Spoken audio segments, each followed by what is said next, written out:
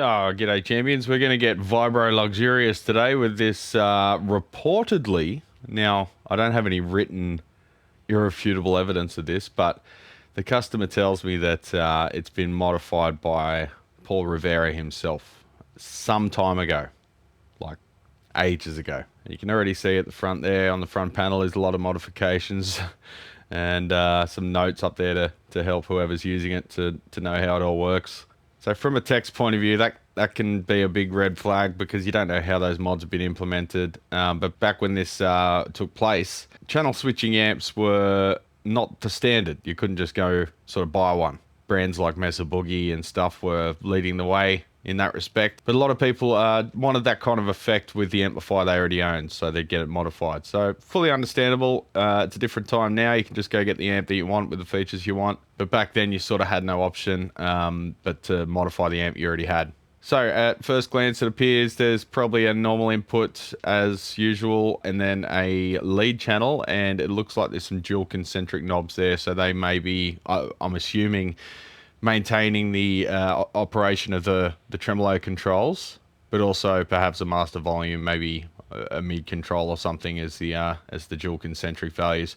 Dual concentric pots are extremely hard to find in the values that you require, especially when you've got the 3 meg reverse audio for the speed control. So we'll see how that's all been implemented. Hopefully not too poorly. So it hasn't been powered up until recently for 20 plus years. On a recent power up, customer reported hum, then low output. So, well, it could be anything. People often send me messages saying my amp's got hum and low output. What could it be? And that could be 2 different things. It could be 6 different things all conspiring together to give those 2 final effects. Could be one thing causing it. Considering it hasn't been maintained or even used for 20 years, I think we're up for quite a bit of work in this one to get it up to our standards. Now, I have cheated on this one. I took it apart on a live stream. Months ago, 2 months ago. That's how long the queue is. And I cleared the initial fault, which was a shorted bias supply filter capacitor. So that was causing the blowing fuses. However, the customer did report that the rectifier shorted. Not sure how they knew that specifically, but maybe another tech. They then replaced the rectifier, then it was blowing fuses consistently afterwards. So that's probably a coincidence that if there was indeed a blown rectifier, they could have mistaken that as a blown rectifier, but it was probably around that time that the bias cap had failed, having not been powered up for so long. Now this has got 120 volt or 117 volt mains, so we're going to run it with a step down. I have confirmed that there's no catastrophic issues, but we can quickly fire it up, see how it performs, and just take a few notes before we rip into the thing. The customer has opted for a 240 volt upgrade, so in this case it's not a universal transformer, so that requires replacement of the transformer, and for that we have a made in Canada, Hammond. And of course we've got to replace the power cord for that as well, but the existing one's not in great condition. So the briefing on this is make it solid and stable and perform as well as it can without changing the infrastructure of all the mods, you know, like the architecture of the amp is to remain intact. Because the owner does consider that a bit special, having Paul Rivera modified it. There is like a flowchart diagram showing what modified, well, the concept of the modification. There's no signature on there or anything, but I'll show you that as well. But that'll give us a hint to what's been done to the thing. Although it's not a proper schematic to follow component by component, it'll give an overall gist of what's been done to the thing. So let's have a closer look. All right, so they've supplied this foot switch. Pretty high tech there with the old duct tape labeling, and apparently it works for their Music Man RD112 as well. So I don't know if they've got 2 pole, dual throw switches in there, and you've got one configuration for the Vibrolux and one configuration for the Music Man doing double duty there, and you just plug into the particular amp that you're using, and that goes into this position here. So that's no longer an input. And over here, they've marked the input that you're actually supposed to plug your guitar into. I'm not sure what input 2 is doing, or if they're both just your typical Fender, you know, 2 input arrangement. All right, so firing it up gingerly, as if there's any other way. Drawing about 50 watts from the wall, which is about what I'd expect in standby once the inrush has settled down. All right, let's take her out of standby. And we've got about 85 watts, settling down to about 80 watts. All right, we've got signal.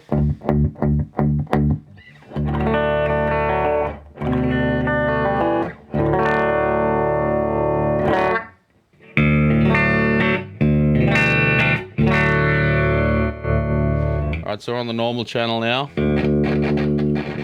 Very scratchy treble.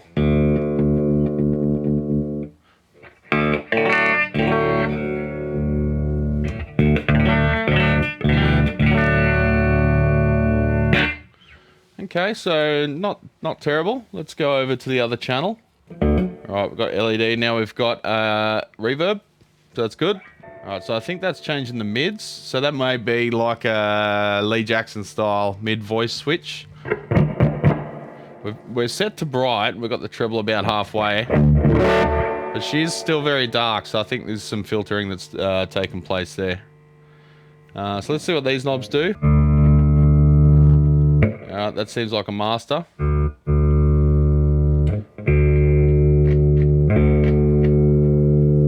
So it seems like we've got mid-range on the outer and we've got master on the middle. So I'm guessing both these controls are now the tremolo control. It'll be interesting to see what value they are, because finding a 3 meg reverse audio dual concentric pot must be like the only one on the planet. Alright, so the reverb's performing okay. No massive increases in noise as you turn it up, so that's good.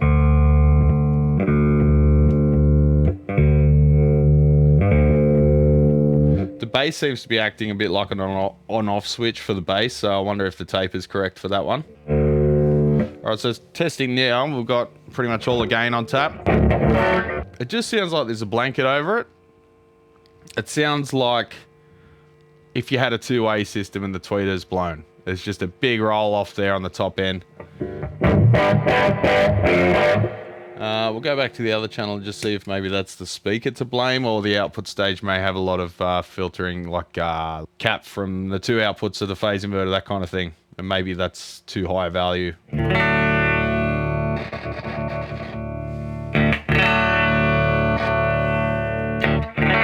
Alright, so that's treble all the way up. And it is increasing the treble, but there's no sparkle there like you'd expect from a Fender. So I've got the feeling that some filtering has taken place, some high-end roll-off further downstream. In the silhouette, you can see me speak, so you know it's live. Alright, but no catastrophic faults other than that bias cap that we've isolated. I just disconnected that, I haven't included another one. It was a parallel cap across another, I believe, from memory, but my memory's terrible, so let's take it apart and know for sure. So a quick look at the front. There's some deforming of the chassis around the input there, so it's probably, it looks like it's been dropped forwards with the plug plugged in, and it's bent the whole jack area upwards. That can be an issue with casters, because when you push the amp forwards, now the center of gravity shifted backwards by about 50 millimeters, and they're not the deepest cabinet, so if you're pushing it forwards and it bites on a pebble or something on the ground, it can tip the whole amp forward. So casters on a shallow amplifier, sometimes you got to move them out as far as they can be, or just be tough and put feet back on it and lift it like your back don't matter. So the front panel's in good condition, other than the crude texture writing on it. Often silver faces of this era will have some filiform corrosion, but this one's actually pretty schmicko. A few little dents down there, but we can probably remove that and straighten it once we get all the controls out. As for this mid-voice switch, I wonder what's under this tape, if they've had a label there for that, what I suspect is a mid-voice. No, they're just covering the vibrato text there on the original silk screen. Oh, there it is. It says it right there. I kind of ignored the tape. Stupid me. Master gain A and B. Alright, so there might be a master for the other channel as well. But yeah, I'll double check that. It seemed to act like a mid control, but perhaps we were just getting some leakage from the other channel. And that manifested itself as me thinking it's something it's not. Alright, so on the top here, it's got a serial number and it says 1977 model, which is pretty likely. But we'll have a look at the date codes on the transformers and the caps that are original and form an opinion from that. Alright, so a bit of a weird setup here. Holder for the foot switches or something. But straight away, the text brain gets all tingly when you turn a modified amp around. You start seeing drilled extra holes and a foot switch. That's interesting. You got reverb leads that are too long, so when the amp gets put on its back, it breaks the lead there. That's no good. Got holes drilled here, I'm not sure why. And a little hidey hole for the foot switches. It does come with the original foot switch, but it looks like, well, actually not original, because it looks like a modern one with the TRS plug there. And it's got X's on. Everything just seems sort of really seat of the pants modification, almost like it was done before a show. So a closer look at this thing. Not sure what its role is other than having a convenient place to put the pedals, but can't you just put them in the bottom? Like, I guess you might be worried that they'll hit the speakers, which is valid, but I don't know, it just seems a weird way of doing it. I might ask the customer if he wants a replacement back panel and just get rid of all this stuff, because that is taking up volume for the speakers. It is pretty bassy as is, so it's probably not an issue, but it just looks terrible too. So I'll ask him if he wants a new rear panel made and all this stuff removed. And the top panel's not looking real good either. It's got a break right there. They're just MDF, these things. So MDF? Yeah, I think so. So I'll ask if he wants a new like 6mm plywood one, just out of marine ply made up. They're a lot stronger, and we may even be able to reuse that Tolex, unwrap it, just cut it the same size, but it's not the best Tolexing job anyway. There's gaps up there. So we can just match it with some modern stuff of the same texture. So we've got the courtesy outlet, the ground switch as per usual. Let's check the fuse as we always do. Alright, so with the 120 volt mains, or 117, whatever you want to call it, we'd normally have a 2 amp slow blow. Looks like a 2 amp fast blow. But that hasn't blown, so we'll be changing that anyway to go to the 240 volt, because then you'll only need a 1 amp for the 240. Alright, so the power and standby switch have schmooze sprayed all over them. So many techs just spray and pray that'll fix all woes. So I might have to give that a clean and just get rid of all the residue there. Hopefully it's not going to present any issues if it's made its way inside the switch. Having a look at the speaker plug. Always have a look in the back of them. And that looks okay. Now drilled straight through the made in the USA is a line out socket, so that's probably tapping off the speaker, I'd say. And a mute switch. So whenever there's a mute switch modification, my first thoughts are, is that because the amp was noisy? Could you have just fixed the noise and not needed a mute switch? Not sure. Normally there was nothing there. That was a vibrato pedal RCA socket, and that's the reverb pedal RCA socket. So what I think they've done is they've scooched the vibrato over here and used the TRS socket and used a more modern style foot switch, or maybe even replaced the plug on the existing foot switch to jam it into one hole. Now here we see that reverb. That is long, although it is a... Is that a Switchcraft? Yeah, it's a decent plug. It's not really suited to this application because you lean the amp on its back and all of a sudden that wire gets sandwiched between the bottom of your tray of your ute and that plug. Now this is weird. Foot switch. No idea. We'll find out soon. Okay, now this is weird. We've got what looks like a power resistor, a rheostat. That's actually all the way to its full extent. You can see it's like a variable resistor. You've got the windings exposed there, and you've got a slider, so you can change the value, fine tune the value. But that's probably like it looks like a 50 watt resistor, not sure of the resistance. No idea why that's in there, if they were using it as an attenuator maybe. A crude resistive attenuator perhaps, not sure. We won't know till we trace it out. So let's get this rear cover off. Strip screws maybe? Maybe not. Alright, we've got a sticker there from Valley Arts Guitar Center in Studio City, California. 12162 Ventura Boulevard. No idea how long ago that was put there.